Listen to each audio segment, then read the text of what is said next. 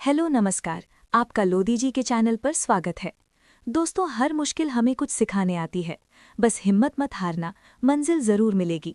तो आज का जो हमारा विषय है वो बहुत ही ज्यादा महत्वपूर्ण है। आज हम बात करेंगे संविधान के ब्रह्मास्त्र के बारे में, यानी संविधान की 5 रिट्स। ये विषय इसलिए जरूरी है क्योंकि ये हमारे मौलिक अधिकारों मतलब फंडामेंटल राइट्स का एक सुरक्षा कवच है। आज की हमारी पूरी चर्चा अनुच्छेद 32 और 226 पर केंद्रित होगी और हम इसे बाहुबली और सिंघम जैसी कहानियों से समझेंगे ताकि ये आसानी से याद हो जाए। तो सबसे पहले बात करते हैं अनुच्छेद 32 की। देखिए, डॉक्टर B.R. अम्बेडकर ने अनुच्छेद 32 को संविधान का हृदय और आत्मा कहा था। उन्होंने इसे सबसे महत्वपूर्ण अनुच्छेद बताया था। क्यों? क्योंकि अगर हमारी किसी भी मौलिक अधिकार का उल्लंघन होता है तो अनुच्छेद 32 खुद एक मौलिक अधिकार है। ये हमें सीधे सुप्रीम कोर्ट जाने की शक्ति देता है। इसे कहते हैं संवैधानिक उपचारों का अधिकार या राइट टू कॉन्स्टिट्यूशनल रेमेडीज।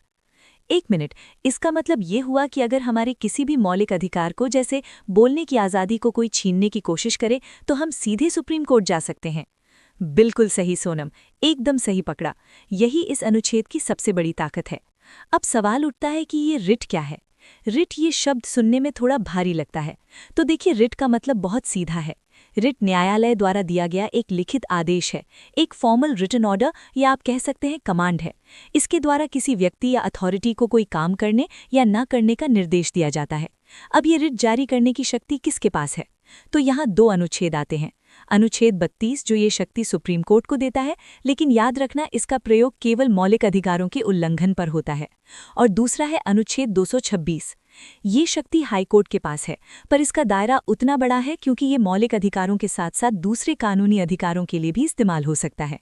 समझ आ रहा है ना? जी सर। पर सर, तो क्या इसका मतलब ये है कि कानूनी अधिकारों के मामले में हाईकोर्ट की शक्ति सुप्रीम कोर्ट से ज्यादा है? बहुत अच्छा सवाल है।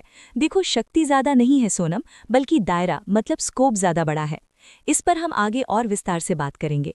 ये न्यायालय की न्यायिक शक्ति का एक बहुत जरूरी हिस्सा है। चलिए अब देखते हैं कि न्याय के ये 5 हथियार यानी 5 रिट्स कौन कौन सी हैं। ये 5 नाम है: हेबियस कॉर्पस, मैंडेमिस, प्रोहिबिशन, सर्ट्युरारी और क्वो वारंटो। अब ये नाम थोड़े मुश्किल लग सकते हैं, तो इन्हें याद रखने की एक ट्रिक है। बस एक लाइन याद रखो: बंदी पति परमेश्वर उसका अधिकार है। बंदी से बंदी प्रत्यक्षीकरण यानी हेबियस कॉर्पस, पति के प से प्रतिषेध, ती से उत्प्रेषण यानी सर्ट्युरारी, परमेश्वर से परमादेश यानी मैंडेमस और अधिकार से अधिकार प्रेच्छा यानी क्वो वारंटो। अरे वाह, बंदी पति परमेश्वर उसका अधिकार है, ये तो बहुत आसान हो गया सर, है ना? चलो अब पहली और सबसे जरूरी रिट से शुरू करते हैं, बंदी प्रत्यक्षीकरण यानी हेबियस कॉर्पस। हेबियस कॉर्पस एक लैटिन शब्द है जिसका मतलब है शरीर को प्रस्तुत किया जाए, टू हैव द बॉडी।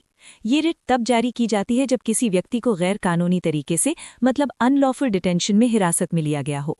इसे ऐसे समझो जैसे बाहुबली फिल्म में देवसेना जो एक नागरिक है उसको जंजीरों में जकड़ा गया था, वैसे ही अगर किसी नागरिक को गलत तरीके से हिरासत में लिया जाए तो न्यायालय आदेश देता है कि उस व्यक्ति को 24 घंटे के अंदर कोर्ट में पेश किया जाए। और अगर कोर्ट को लगता है कि गिरफ्तारी का कारण अवैध है, गैर कानूनी है, तो उस व्यक्ति को तुरंत रिहा कर दिया जाता है, इमीडिएटली फ्री। सबसे जरूरी बात यह है कि ये रिट सरकारी यानी पब्लिक और निजी यानी प्राइवेट दोनों व्यक्तियों के खिलाफ जारी की जा सकती है। सर एक मिनट, निजी व्यक्ति का मतलब क्या कोई आम इंसान भी किसी को हिरासत में ले सकता है? हाँ बिल्कुल, बहुत अच्छा सवाल है। मान लो किसी ने किसी को अपने घर में जबरदस्ती बंद रखा हो, किडनैपिंग जैसा, उस स्थिति में भी ये रिट काम आएगी। यहाँ तक क्लियर है? जी सर, अब समझ आया।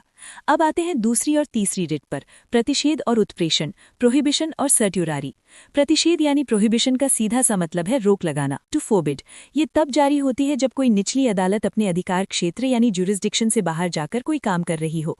मान लो भल्लादेव जो कि निचली अदालत है किसी ऐसे व्यक्ति को सजा देने की कोशिश कर रहा है जो उसके अधिकार में है ही नहीं, तब सुप्रीम कोर्ट यानी ऊपरी अदालत आकर कहेगा स्टॉप, रुको। इसका मुख्य सिद्धांत है prevention is better than cure, मतलब गलती होने से पहले ही उसे रोक देना। ये कार्रवाई के दौरान जारी की जाती है जब केस चल रहा हो। अब अगर गलती हो गई हो, मतलब निचली अदालत ने फैसला सुना दिया हो, तब काम आता है उत्प्रेषण यानी सर्ट्युरारी। इसका मतलब है पूर्णतया सूचित कीजिए या टू बी सर्टिफाइड। ये रिट निचली अदालत के फैसले को रद्द करने, क्वॉश करने या केस को अपने पास ट्रांसफर करने के लिए जारी की जाती है। इसे सिंघम फिल्म की तरह सोचो।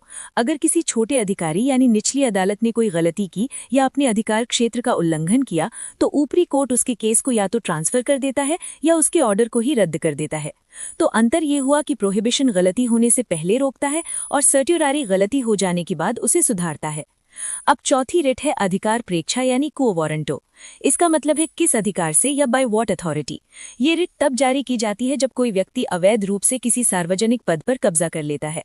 मान लो संजना जो एक प्राइवेट नागरिक है, बिना किसी योग्यता के आरटीओ अधिकारी की कुर्सी पर बैठ गई है, तो कोर्ट उससे पूछेगा कि आप किस अधिकार से इस कुर्सी पर बैठी हैं। अगर वो अपना अधिकार या योग्यता साबित नहीं कर पाती तो उसे वो पद छोड़ना पड़ता है। अब वापस आते हैं अनुच्छेद 32 बनाम अनुच्छेद 226 पर। सुप्रीम कोर्ट अनुच्छेद 32 के तहत सिर्फ मौलिक अधिकारों के लिए रिट जारी कर सकता है, जबकि हाईकोर्ट अनुच्छेद 226 के तहत मौलिक अधिकारों के साथ साथ अन्य कानूनी अधिकारों के लिए भी रिट जारी कर सकता है। इसलिए हाईकोर्ट का दायरा ज्यादा बड़ा है। अनुच्छेद 32 खुद एक मौलिक अधिकार है, इसलिए सुप्रीम कोर्ट रिट जारी करने से मना नहीं कर सकता, जबकि हाईकोर्ट की शक्ति विवेकाधीन है। सुप्रीम कोर्ट पूरे भारत में रिट जारी कर सकता है, जबकि हाईकोर्ट सिर्फ अपने राज्य में। अब आखिरी सवाल, अगर देश में आपातकाल लग जाए तो क्या होगा? अनुच्छेद 352 के तहत राष्ट्रपति मौलिक अधिकारों के प्रवर्तन को निलंबित कर सकते हैं, लेकिन अनुच्छेद 20 और 21 कभी निलंबित नहीं होते। ये प्रावधान 44वें संशोधन 1978 के बाद जोड़ा गया था। यानी किसी भी हालत में जीने का अधिकार हमसे नहीं छीना जा सकता। यही हमारे संविधान की सबसे बड़ी ताकत है। अंत में याद रखने की ट्रिक, बॉडी मैन निमोनिक। सिर से अनुच्छेद 14, आंखों से 15, हाथों से 16, पैरों से 17 और 32 दांतों से अनुच्छेद 32। जैसा कि डॉक्टर अंबेडकर ने कहा था, अनुच्छेद 32 के बिना संविधान शून्य है। ये रिट्स सरकार को जवाबदेह और नागरिक को स्वतंत्र रखती हैं। सोचिए, अगर ये रिट्स ना होती तो क्या आम नागरिक और सरकार के बीच संतुलन संभव होता? धन्यवाद। चैनल को सब्सक्राइब करना ना भूलें।